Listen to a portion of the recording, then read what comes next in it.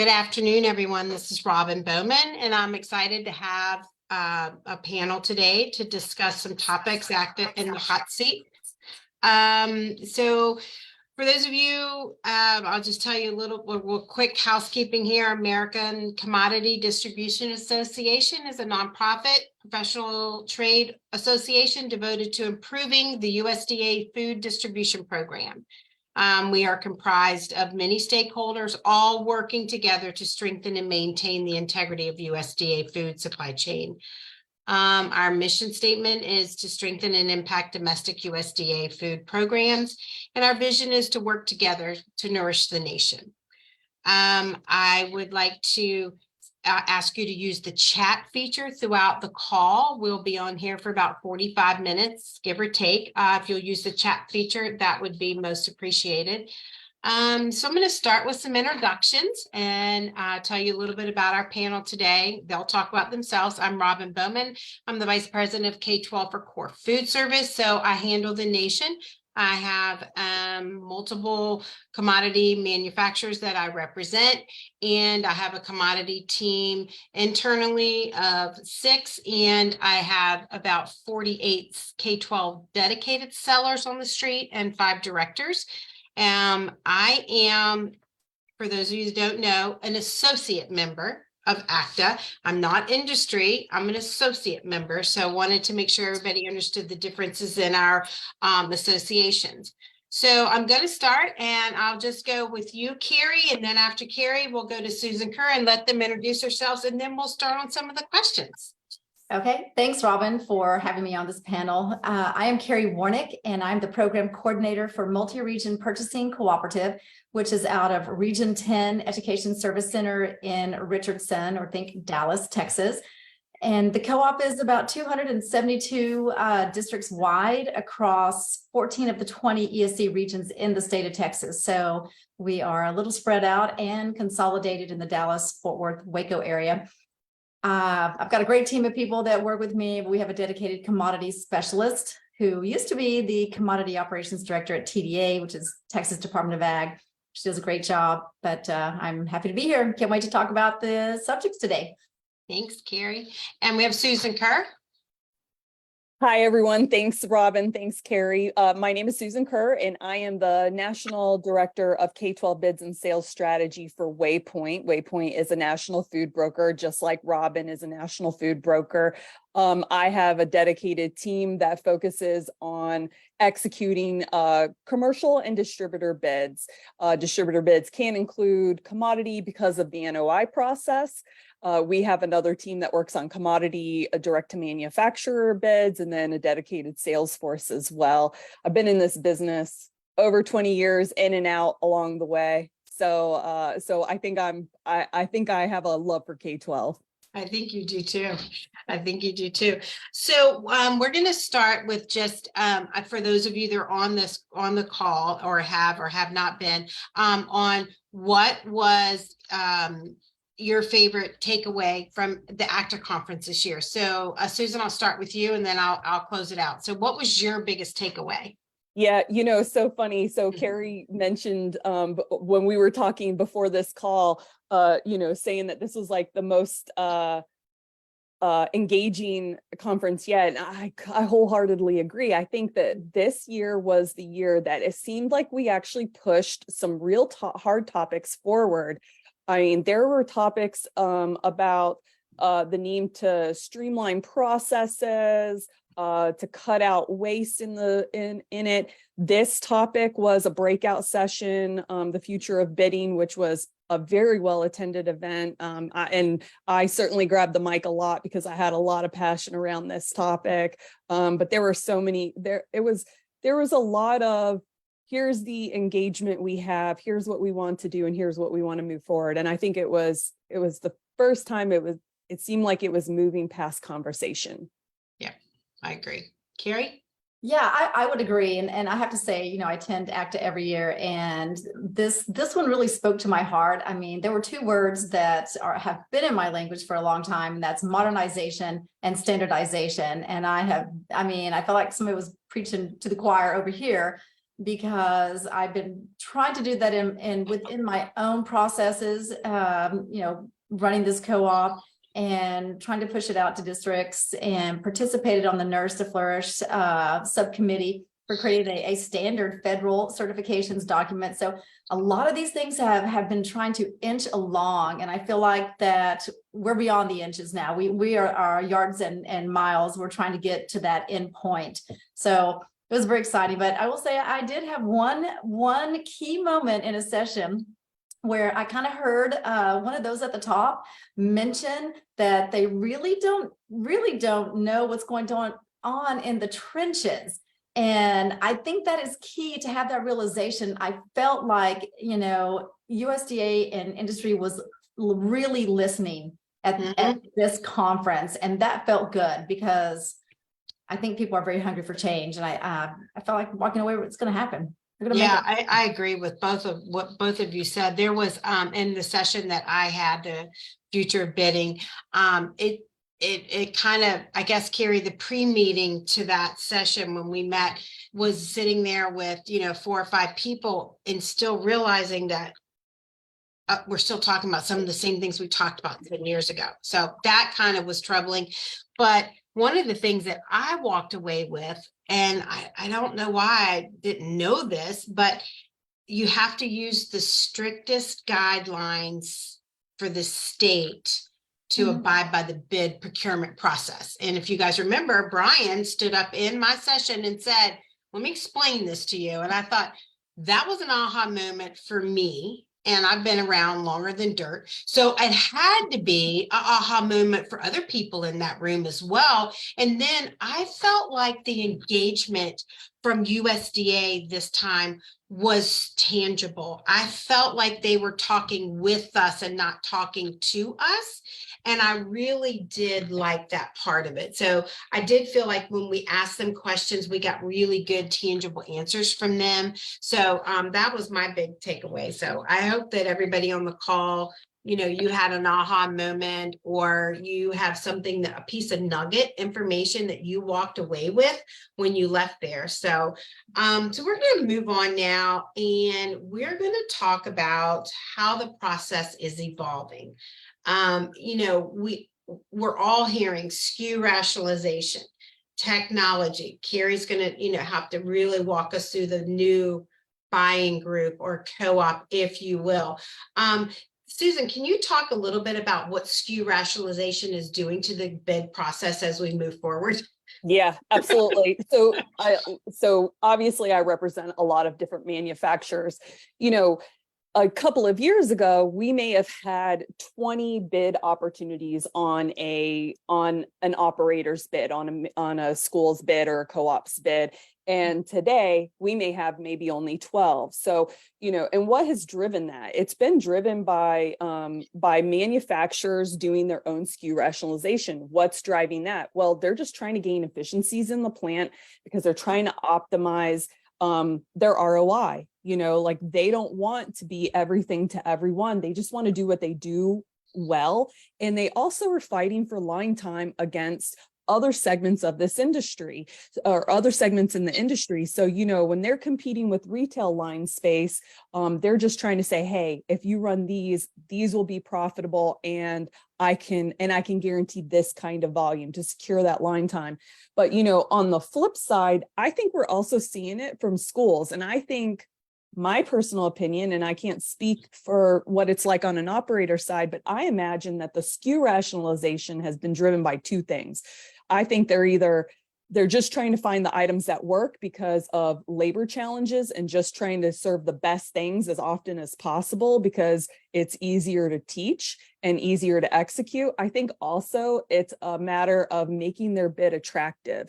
Dear distributor, I no longer have 500 line items on my bid. I now only have 300. You only have to slot 300 if you choose me. So I think that there's like a multitude of factors, but everyone's just trying to get down to the best of the best, right?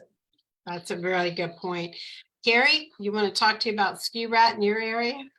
Well, 500, I'm jealous because I want that bid. No, you don't want to spec it. That's not a co-op bid. So, I think before COVID, we were seeing companies start to, start that SKU rationalization, and I was applauding that. And multi-region co-op is very large. It's very spread out, and it has been difficult to downsize our catalogs, especially our mainline distributor bid. But, we saw during COVID that happened naturally because, manufacturers trying to make what they could with what was available. And we started kind of a new thing in this co-op where we added an availability code to our bid catalogs, where it's a color code. And I did steal the idea from a processor. It was a genius, red, yellow, or green. Don't even try it. It's going to be paused or go for it. And I think that just created that natural SKU rationalization, because now schools are being pulled into those products that were available. And through that process, discovering that, oh, well, that's a pretty good product. We're going to keep ordering it. So I think that was just a natural occurrence, but I am really trying hard to get to the best products so that we're actually putting volume behind the products, and hopefully that drives our pricing down. We finally created a advisory committee this year in multi-region co-op, and it was a slow start this year, but next year I'm hoping we can get at least 3 tastings where we are targeting a category. The group started with a beef patty, and it was very eye-opening because some of the committee members were there, and we had, I think, 4 or 5 companies represented, and they said, I scored the beef patty we're buying the lowest. They had some very eye-opening experiences. And so now we've implemented a star rating on our catalogs, kind of like you go into a restaurant and you get a star rating. So if you're looking at beef patties, you can see, well, did advisory committee give it a 5-star or 4-star? Was it recommended by advisory committee? So now I'm hoping to kind of drive my co-op members to look. These were tested and rated the best. So let's start really looking at this, and let's put some volume behind it. But that improves production. If you can run one production line all day long and just crank out that top quality product, you're going to get way more product out of it than having to switch to a different product. So it's a streamlining across the board, across the industry. Yeah, I think it did. I think what it did too was it also it defined the sales process, in my opinion. Okay. I think that as a salesperson, you go out there and you show, 5, 6, 7 items, and then you go back and you find out, oh my goodness, they're going to skew at the sales process was switched. It was, we can't get you this, but we can get you this, and we can guarantee this.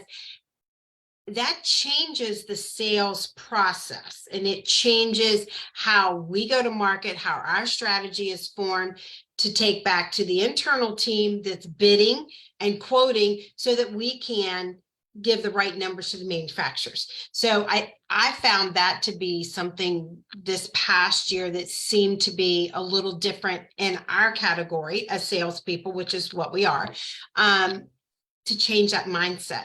Susan, you're shaking your head. You like, yeah, you know what I want to build on that is that the biggest thing is that you have to think of it from a business perspective. We know we're feeding America's children and that we're doing an honorable thing, but we're working with for-profit businesses who are trying to deliver the best results for their company. And so when they are creating so much complexity in the operations process that they're losing profitability, now they're competing with a national chain segment or retail, or you name the different segment, and it becomes less and less attractive to service K-12. And because our products are so unique to our segment, we don't have the versatility to service that elsewhere. So we really do need to get to a place where we've identified the best of the best, and that we've made it attractive for manufacturers to be partners in this business. Yeah, no, I couldn't agree more. Same here. So let's talk about technology a little bit. I mean, I know that I brought up a lot. I mean, I probably broached on a subject that, you can buy a car online. You can close on a house online. Why But you can't gotta we- send a I thumb love drive. papers. but you gotta have a wet signature. That was something else that stuck in my head. I even said that to Carol Erb at some point, and I was like, wet signature. You gotta have what? So let's talk about the technology piece a little bit. Carrie, I'll let you start. Okay, well, I'm laughing at the wet signature, but we do require one single page to have a physical signature. So what I can say is that I have had a paper-free desk for many years. I'm very anti-paper, anti-ink. I think it's so wasteful and expensive. And we really saw, people stepping up to the plate for digital signatures during COVID because a lot of people were at home, didn't have printers or the means or whatever the situation was. However, I do Adobe fillable forms that are throughout my bid package. And so any company interested in bidding, they can literally open up the forms in Adobe Reader. They can fill in the provided spaces, sign it digitally. We do have one page, actually 2 pages they have to actually print out, sign, and have notarized. Now, I think the notarization is maybe a state requirement. We've just always done it. And that's terrible that I say that because I probably need to find out, is this really required? Am I just doing this because this is what we've always done? Kind of like, well, I'm ordering that because we've always ordered it. That's really bad on me. So, if that can go away, I don't know how the notary can go away. I think there needs to be validation that yes, this company did submit this bid and this pricing and they have signed off and notarized it. So we know it's legitimate. It's a legitimate and legal bid. I don't know how we can get away from that, because we're talking federal money here. I know that's the other part of it. It's a little tricky there, Robin. Yeah. I mean, I did learn from Brian. So there you go. Susan, what's your take on technology? Well, when you were saying what you were saying during that meeting about like the three original sets of bids, thumb drives, I was like, preach, sister, because why on earth are we still killing trees and killing thumb drives? Like when we could do it digitally. I will say postage. Why are we paying postage for all that? Right. 100% e-bid, electronic, everything for years. Exactly, especially when there's a lot of services out there that has really advanced this process, that has consolidated the bidding process and made it digital. I'll tell you, just from a bidder's perspective, that's actually a blessing as well, because there's a window, a peak season where bids come in, and it happens a couple times a year in the winter, and then right now as school is ending. And you have a ton of bids on your plate, and next thing you know, the bid opens in 2 days and you need to overnight it to ensure it arrives on time when you could digitally submit it. I mean, that is just friendly to today's way of doing business. Mm-hmm. I mean, honestly, the technological improvements and the digital submissions has been probably the one best blessing that has come in, definitely COVID really pushed that forward. Thank God. Mm-hmm. Yeah, one good thing, right? There you go. Yeah, I agree that it does. It has its place, and I think that the more we can get to using the technology and not all of the thumb drives and all of the notebooks and things of that nature, the better off we will all be in the long run. So, Carrie, talk to us about buying groups. I mean, I know you're part of the bigger one, but we're seeing schools exit individual bids and jumping into a buying group. To me, buying groups have always intrigued me. And I'm just going to plug this person real quick. She's retired now, but without question, Becky Bays D'Amicos ran one of the best, and Susan knows this because she and I were brokers together, one of the best co-ops, in her effort to not have 22 chicken nuggets. You need to pick 1 or 2 and, not have, she was the best at it, I thought, or one of the best. So what do you see that looking like in the future as schools begin to migrate over to buying groups for simplicity? Yeah, and I mean, and we're seeing our co-ops grow, there's still, I mean, Texas is a big state, a lot of districts, and there are many that still aren't part of a co-op or even some kind of a buying group. And we are starting to see them slowly trickle in. Part of that is procurement reviews are I mean, they're pretty intense. And I think schools are finally starting to open their eyes and go, oh, we're either not doing a great job of that. And why are we not part of a larger group to get that power of the volume purchasing? But, I mean, it streamlines processes for schools and it makes it easier. And I've been trying for years to downsize my catalog, like I said earlier.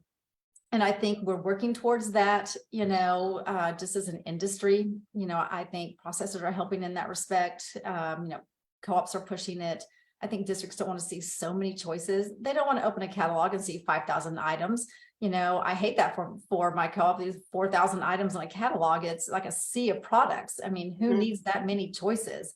But I think it's hard to get away from too, because if the buying group or the co-op is so large, and schools for so long, they get what they want, basically. It's like, well, I want this on the bid. Okay, we're going to put it out there and see if we can get pricing. And so then all of a sudden you end up with all these, multiples, slightly different flavor profile. Maybe the breading's a little thicker, a little thinner, it starts to get a little crazy, for sure. But I think buying groups and co-ops are trying to help do away with that, and like I said, get to the better products. At some point, and Susan, I'll let you respond, but at some point it becomes diluted. If you have that much and you can't agree on so many products, and you've diluted the value of the buying group for Susan and myself to go to our manufacturers and say, I can guarantee you 10,000 cases this school year, this co-op's only going to put this.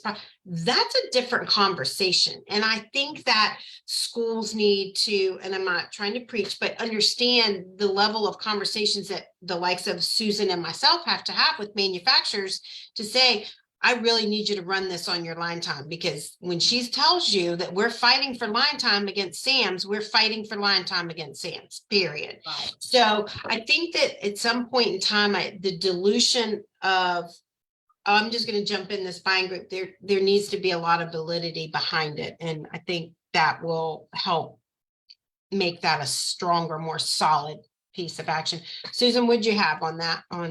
Well, so I've seen a lot of changes occur, and especially this year. I mean, what I've been reporting to a lot of my manufacturers has been that we have seen fractures of co-ops basically changing the size and scope. And I think it really relates to what you're saying about having too many options and not being able to narrow down. So maybe this group goes this way and this group goes that way because they want their regional needs and those kinds of things. I also think it's not always related to product. I think it's about service. When a co-op gets so large that it doesn't invite enough competition, that I think that's causing some fractures, is that they're worried, I'm so far out here, or this distributor really cannot handle the total geography of this.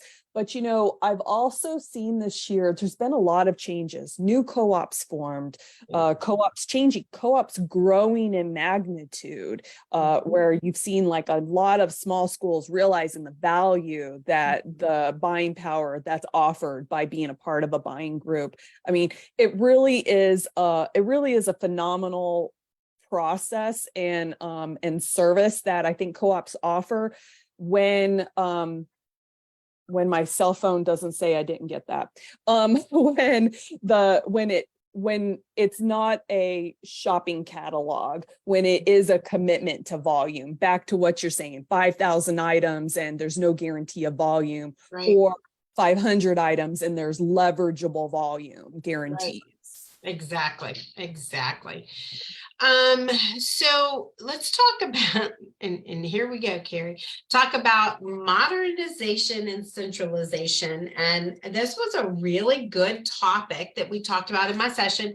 And We I did. really did like the input from the USDA. There was Linda Huberty was in there. There was a gentleman, I don't remember his name, and he had a lot of really good input too. What it would talk to me about that. That's kind of like not in my wheelhouse, so that's more for you two to discuss. But what does that look like to you, Carrie?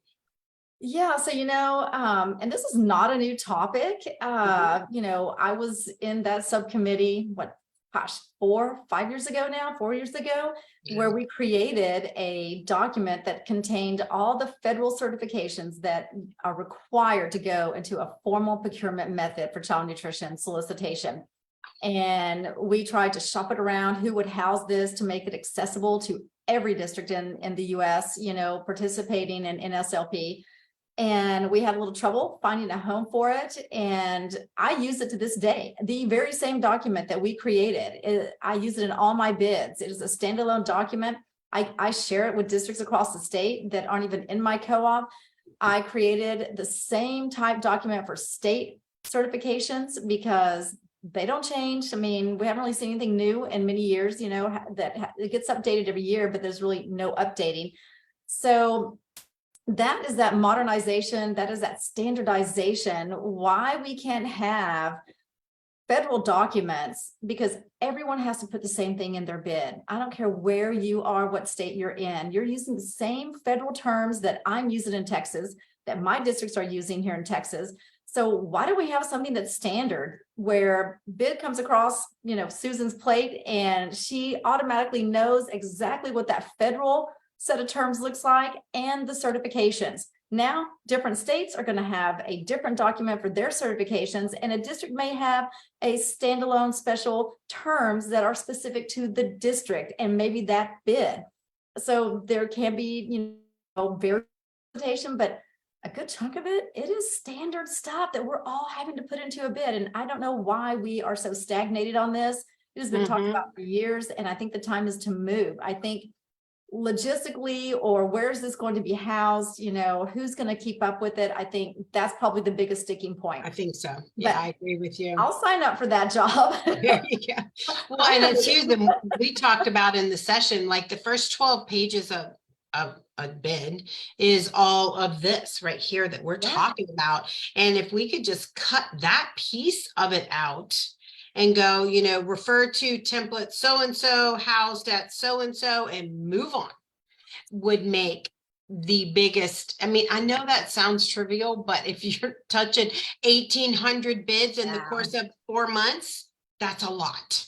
Well, and, I heard people talk about why couldn't there be a repository? And, I'm not sure, when I consider Texas and procurement reviews, our RAs are expected to understand procurement and know what's been done for the procurement process. And I think if it's just, hey, refer to that over there, are they going to learn it? Do they really know it? I think that might become the sticking point. I thought that was a great idea. I love that. That's like taking it to the very next level, but I didn't think it was really reality. And I come from Texas is pretty restrictive. Maybe a lot the of other three of states us offer to take this session on at ACDA in St. Louis and just to take it on, to take it to that next level, because we all are very passionate about it.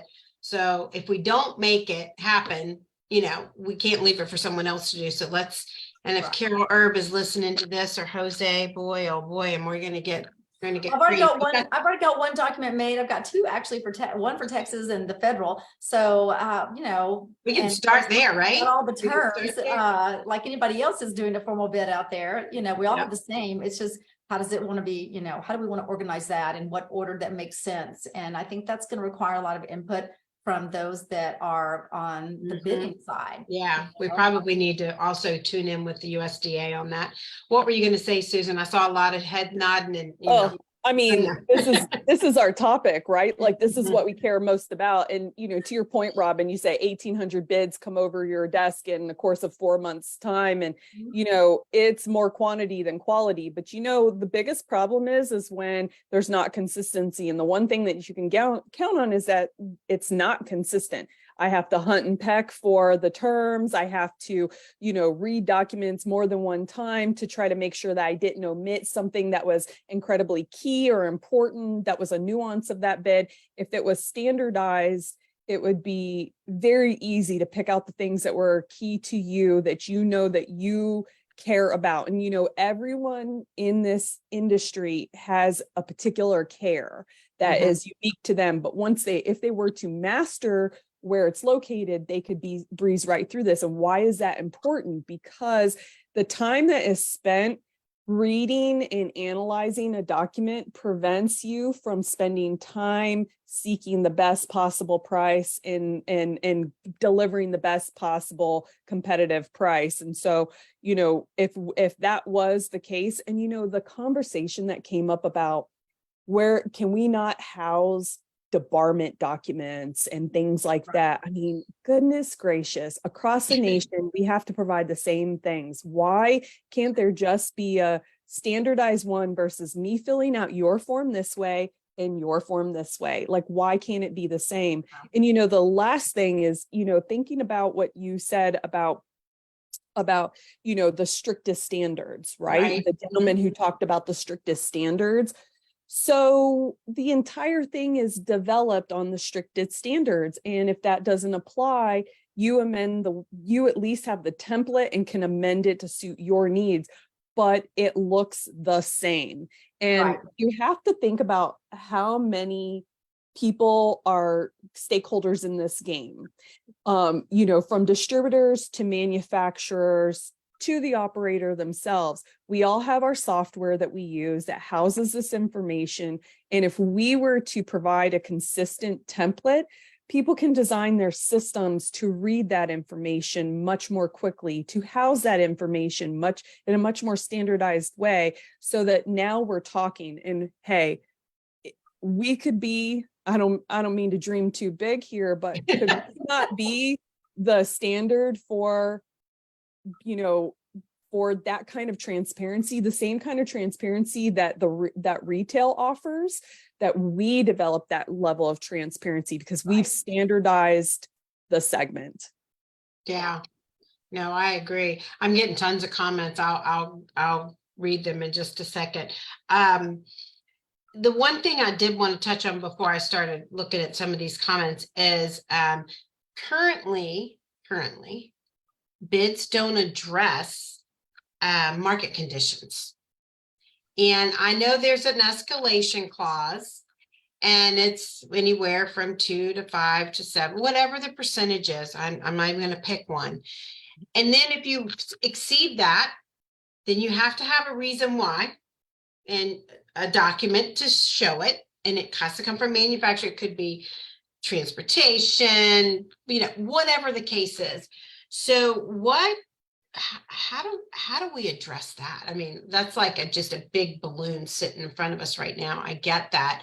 But I mean, maybe, Susan, we talked about this before we started this call. Maybe we're starting to see things kind of settle down, kind of level out a little bit. And maybe we won't have this much. But just for the people that are on the call, for you to understand, when there is a price increase mid-year, or that you get a price in May and you award it in June, and in October said manufacturer has to take a price increase, we have to redo everything again. It's not like I'm going to send you a note and go, yeah, this is the new price. It doesn't work that way. So that is something I wish there was just somewhere in there we could, and Carrie, maybe you have something in your document that could address market conditions as a whole. Aside from force majeure language in my bid, which we did kind of beef up the language around that during COVID, just to make sure it was very clear that, we understand the conditions were out of control with freight, in and out storage fees, this, that, and the other, supply chain issues. we, in the beginning, I was obviously trying to fight pricing increases as much as possible. But at the same time, I understood that, if I reject a price increase, I was basically being told, then we just won't send you the product. Okay, yes, we get it. I don't have anything specific about market conditions, and we probably need to add something in our solicitation about that. But I did address that with 2 of my bids in the middle of COVID when we could not even get pricing to hold for 7 days. And then when that next juncture came up, I created a quarterly pricing situation where, there was a certain date for pricing increases where they could, increase or decrease. Obviously, we're always going to take a decrease. Won't deny that. And, made it a little more structured so we could keep up, because I will be honest, I felt like I needed a full-time staff person just to keep up with all the pricing increases that they were coming at us every day, multiple different suppliers. But where it gets kind of tricky, as a co-op, we have a bid catalog where we show pricing, but we have to show every set of pricing that occurs in the school year. Because if a school is going through that procurement review and an auditor wants to see an invoice from October and then one from March, and then they're going to compare it against the catalog, it's got to match up. So I literally had some catalogs in COVID that had like 4 columns of pricing: first price increase, second price increase, third price increase. It became a little maddening, so there does need to be some control. But when you're in a market that is out of control and uncontrollable, it is difficult. So I don't know what that language really looks like outside of force majeure. If you're having something that is detrimental to your business where you cannot survive if you don't take a price increase, then you got to take a price increase. We still want your products. We get that. Right. But I'm not sure what that looks like really. Susan? Yeah. So, gosh, that's such a conundrum because, we live, for an operator, you live in a fixed cost world anyway. Your reimbursement rates are fixed and fixed for the year. I mean, it's not taken into consideration inflationary costs and changes, but we on the other side of the industry have to live and die by that sword.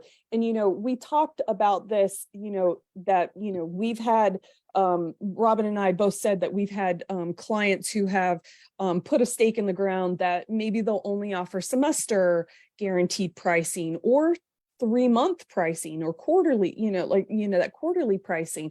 And that's not really attractive, as well as, because of the volatility, because of the uncertainty, they don't even want to deliver fixed costs. Instead, they want to just give an allowance. Well, I feel really bad for a distributor in that respect too, because they take on all the risk. But unfortunately, a manufacturer is trying to decide how they're going to absorb and mitigate risk associated with their business. So what do I think we need to do? I think there needs to be more flexibility written into a contract to allow for windows for escalation. And I think it's totally valid to say, above a certain percent, or provide documentation to validate your pricing. And I hope people would do the right thing, that they would also take price decreases if their market feels it as well. Haven't seen many of those really. I know. But unfortunately, I mean, watching some of, the other thing is, a gentleman brought up during that breakout session, he brought up that we're using the wrong price index. He said that we're being asked to only use CPI when in fact we should use PPI.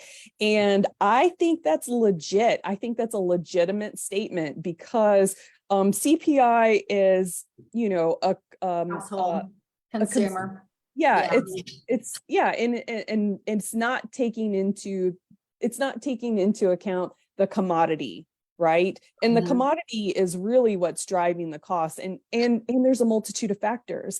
It's not just the oil, it's not just the freight, it's not just the dry ingredients. Right. I mean, it's the labor challenges too. It's all the factors. And so if you could tie an entire market review and say, based on this, our consolidated price increase is 8%. I think people will understand and respect it. But being able to have windows of time to allow for an escalation clause, that could ease the burden off of a school, and it could encourage the commitment and participation by manufacturers and distributors. Well, and I think that for the most part, those that are sticking in the K-12 industry, and we've seen many leave the K-12 industry, they understand, they know that they can work with a co-op or work with a district if they've got to take a pricing increase. But I've got a vendor that we did not renew because they just absolutely refused to give us fixed pricing. And I think it's a lack of understanding about this industry. They're like, we're happy to give a quote, but I'm like, well, but we have an annual aggregate that's applied to micro and small purchases in this state. And the quote, they still may need a formal procurement method. And you're going to have to give a fixed price if you want to win their business, because they have no choice. It is what our policies are here in the state. And I'm like, okay, well, you don't really care to be in this industry because you're not really understanding what is required. It's not like we're asking for this just because we want to. I think sometimes there's that fine line of don't really get it. It's K-12 and it's complex and involved. Okay, so for the sake of time, I do have a few questions and a few comments that have come in that we'll go over. And I'm just going to throw this out, and I know nothing. I mean, I know enough to get myself in trouble. And Susan knows a little bit, like me probably, but Carrie does know more about the GDSN, and I know that we're going to continue to hear about this. So I think that we need to get in front of it. We need to talk about it. Carrie, when you gave me that's part of the USDA requirements, I think everybody needs to hear it. So can you touch on the GDSN, please? Absolutely. So if you don't know what GDSN is, it's the Global Data Synchronization Network. So think your UPC, your barcode. Go to the grocery store, you scan the barcode, it pulls that product right up. It's got all the details about that product. So this year, USDA is requiring that all direct delivery foods be in this system. And what's so great about the system is that it is up to the minute updated information about any single product that has been entered into the system. So it has every single allergen you could possibly think of listed. If that product's got it in it, you're going to see it. It's all the details, it's all the ingredients, it's your nutritional fact panel, it's everything you could possibly want to know about that product. And what I was telling Susan and Robin earlier is that why has K-12 had to just struggle finding nutritional labels or CN analysis statements? You may go to a processor's website and it's a great site. You can find what you need. It's up to date. And then there are those that you're going to have to call someone to get it, or you've got these labels, but they're out of date by 5 years. And now you're scrambling during your AR. I mean, the struggle goes on. And so why have we not had that ability to tap into that system and pull up that label, pull up that ingredient list, everything about that we know? If it got updated yesterday, maybe we got a notification that it got updated. We should have that freedom to tap into that. So it has started. It is here. It has started. And I think it's the time to embrace it and get all of our products into that system so everyone has access to it. Right. I think distributors are going to have to partner with us and go in this direction. I think some are. But I've heard many are, yeah. I think that's something that we'll have to use to be the driving force. Susan, your thoughts? Well, I mean, does this not go back to the conversation about modernization and centralization? Yes. I mean, how many times have we had to stop everything because a school is in their review and they needed a nutritional or a label, and you go on the hunt to get it because goodness gracious, the one you had was from 2020 and that's not valid. Yep. So exactly. Well, and, and think about the risk that that poses to even a school, allergen ingredients change or something like that. And you don't have the most up-to-date information yourself. And now you have an allergen risk because you have a student on a specialized menu, and you inadvertently serve them something incorrectly because you don't have the latest information. It behooves us to really embrace what technology provides, and that is up to the minute information at our fingertips without relying on the snail mail of the rest of business. Yeah. Exactly. And, I'm getting all of our catalogs, all the products, I've gathered G10s, which is the Global Trade Identification number. It was a requirement in all my renewal contracts and my new contracts this year, because I'm working with N-Team and they've got their GDSN Connect software. And we're working with the software companies such as Heartland, Premier Edge, and Triton Link, all of them out there, I can't name all of them, to have that cross-platform export import of data into these menu systems from GDSN through the Connect software. And we're in phase 1, phase 2s with some, but I think it's going to be pretty phenomenal. And I think once this gets in place, and a lot of the legwork is being done just by, all the processors we work with and getting those products in, I think it's going to be a great thing. Absolutely. Yeah, I agree. Okay, so we've covered the topics that we wanted to talk about. So for just a quick second, I'm going to go through a few of these questions. I can't see the chat, so just so you people know that I'm having to read them off my phone. Someone made a suggestion, and I won't give names, okay? Someone made a suggestion if ICN could house some of these documents, these bid documents. What a cool That has idea. been a thought. I like that. I like that. And I know the person that put this in there. Thank you. We will be reaching out to you. And I will mention this person simply because she's retired. She doesn't have skin in the game, but it was Becky Bays. And thank you for being on here, Becky. Susan, Hey, Becky. you didn't think you'd see Susan and I come this far, did you, Becky? Whoop, whoop, we made it.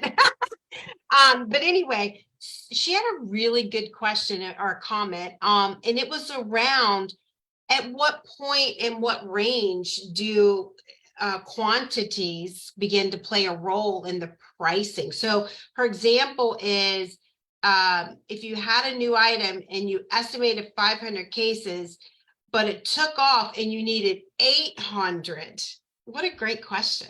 I don't know that I can answer that, Becky. I mean, Susan, you want to touch at it? See? Talk to it as well. Go ahead, Susan. Yeah, so, I've been on the manufacturer side a couple of times, so I think the demand planning process, I have a really good understanding of it. The painful part about this business is that we enter into fixed programs far out in advance. We do it because it's so critically important that we get an idea of what volume, because again, you have to go to your company and say, hey, this is how much business I think I have. And guess what? You say you think you have. And then you make your estimations. And of course you try to, follow historical patterns of demand cycles and things like that to try to help develop that demand plan. Well, and then the order loads or delivers at 50% to plan. And now you're sitting on inventory. You've taken up line time that could have been given to someone who had more guaranteed volume, and you become unattractive. On the flip side, having extreme demand, and we all saw that during COVID, where everyone had universal free meals, and we just could not keep up, right? And so that communication becomes critically important. I think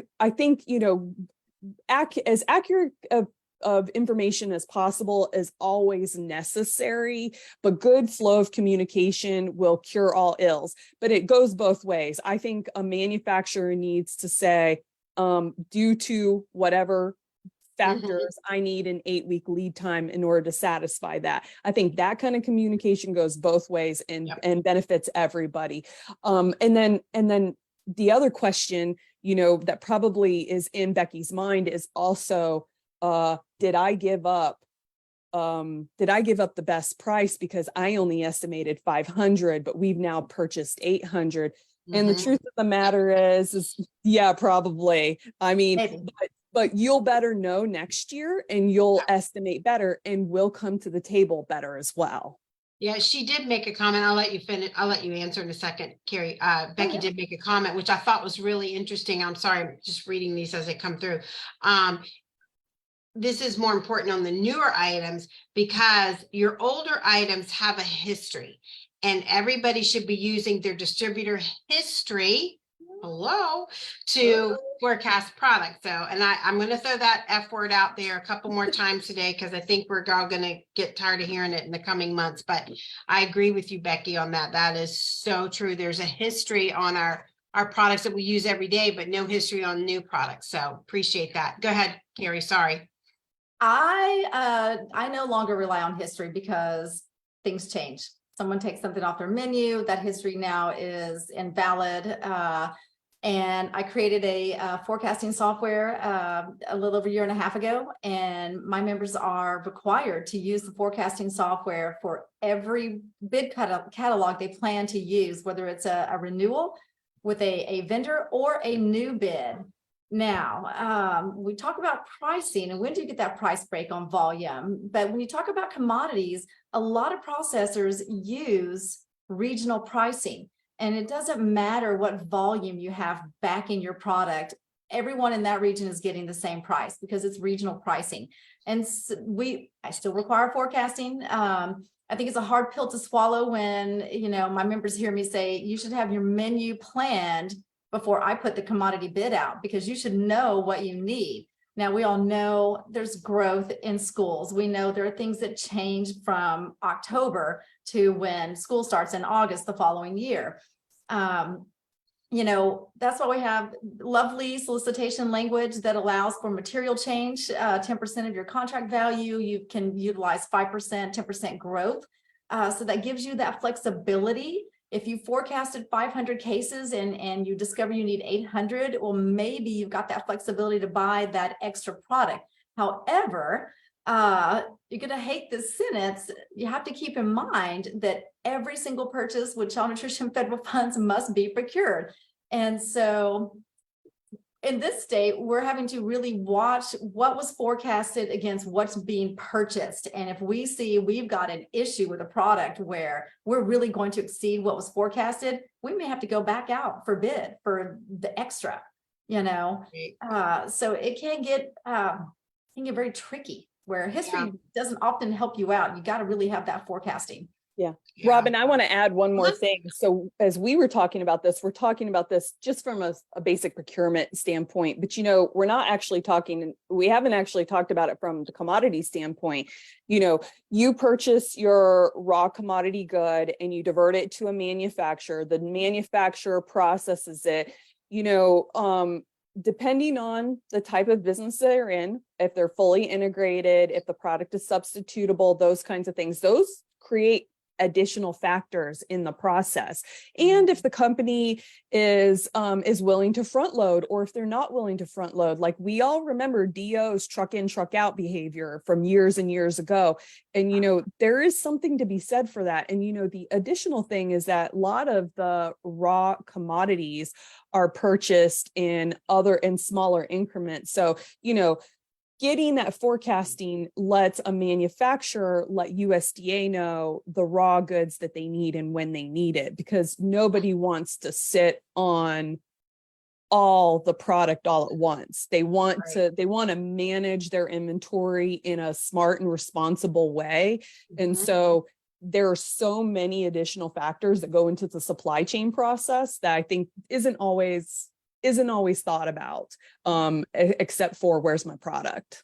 Right, exactly. And I think that's what caused a lot of these processors that they didn't start manufacturing the product until they have an order in their hand, because that was a reaction to what happened in COVID, sitting on product and not being able to get it out the door. So it definitely changed a lot of the industry processes. Right. This is a really good comment, and I do want to share this. It said, we were talking about who's going to house what the documents. And this is a really good Love it. comment. It says, have the state agency house all the state requirements and have the processors download from the site and have the USDA house all of the federal documents on the USDA website. Sounds good, doesn't it, guys? So it's interesting that that was a comment because TDA had their MegaCon, it's a big conference every year, last week. And that was one of the conversations that they are starting to talk about creating, you know, something along those lines. Kind of came out of the food service management contract that is created for schools. Well, if that's created, why can't we have a commodity contract created? And I said to TDA, said, then let's collaborate because I've got the state certifications document. Let's make this happen. So I think that, you know, we're starting to see those conversations occur, but I'm only in Texas. So it has to be key people that are willing to jump in and try to create that action. That's so neat. We just got another session dumped on us. And there was another comment someone made that they said in the session that we were at in California, that it was mentioned that table 7 producer price index, we should be using that in a market condition type of clause in a bid. I'm not familiar with that. I mean, enough to know I've heard of it, but 7. Say that again, Robin. Table 7. Table 7 Producers price index. Someone in the session at ACDA mentioned that we should mention table 7 producer price index. I've written it down too. Okay, table 7 in a PPI. market condition type of clause in a bid. Okay. Yep, that's exactly what I was saying earlier, the PPI rather than CPI. So that's the exact reference. Okay. Then there's a specific table. That's okay. That's good to know. Yeah, that is pretty interesting. And I'll share some of these with USDA when we're done. Someone wrote in here, and I can't read this. Hold on a sec. How much easier would bids be if we only have to submit the GDSN? You put GDIM, are you meaning GDSN? How much easier would bidding be? Carrie? I think this is saying the GDF that are using G10, right? Like they're essentially saying what you said. Instead of submitting nutritional, submitting all that other stuff, that they just provide that and it's available in a repository. So in my bids this time, they had to agree that any branded product that was awarded that they would publish that through the GDSN system and publish it to the Nurse to Flourish database so that N-Team could grab it. So that's a company we have our contract with for all of this connectivity to the GDSN information. So yeah, that branded products. Now, things that are standard identity, like your fresh produce, you know, raw meats, those things, that's still food buying guide. That is still standard of identity. You're not going to find that with a G10 per se, but it's really branded products, which is the bulk of what we buy, you know. Right. Well, ladies, it's time to for me to thank you for making this such a conversational type of an event. Very comfortable. I hope everybody that was on the call enjoyed part of this. I would be remiss if I didn't. We have some background people that work with us and that have been helping throughout the process. Peyton's in the background sending me text messages with questions. Thank you so much for all of your support through the process. Our next hot seat event is scheduled to take place on Tuesday, May the 30th at 4 o'clock. And this will be for you to be introduced to the new active board members. Garrick Howe will be the moderator for that event, and I look forward to having all of you attend that as well. If you have comments and or suggestions on future events, we'd love to hear from you. And I just want to thank everybody for spending the last hour with us. I hope you have a great rest of your evening, and I look forward to talking with you all soon. Thank you, everyone. Thank you. Thank you. Take care. Bye-bye.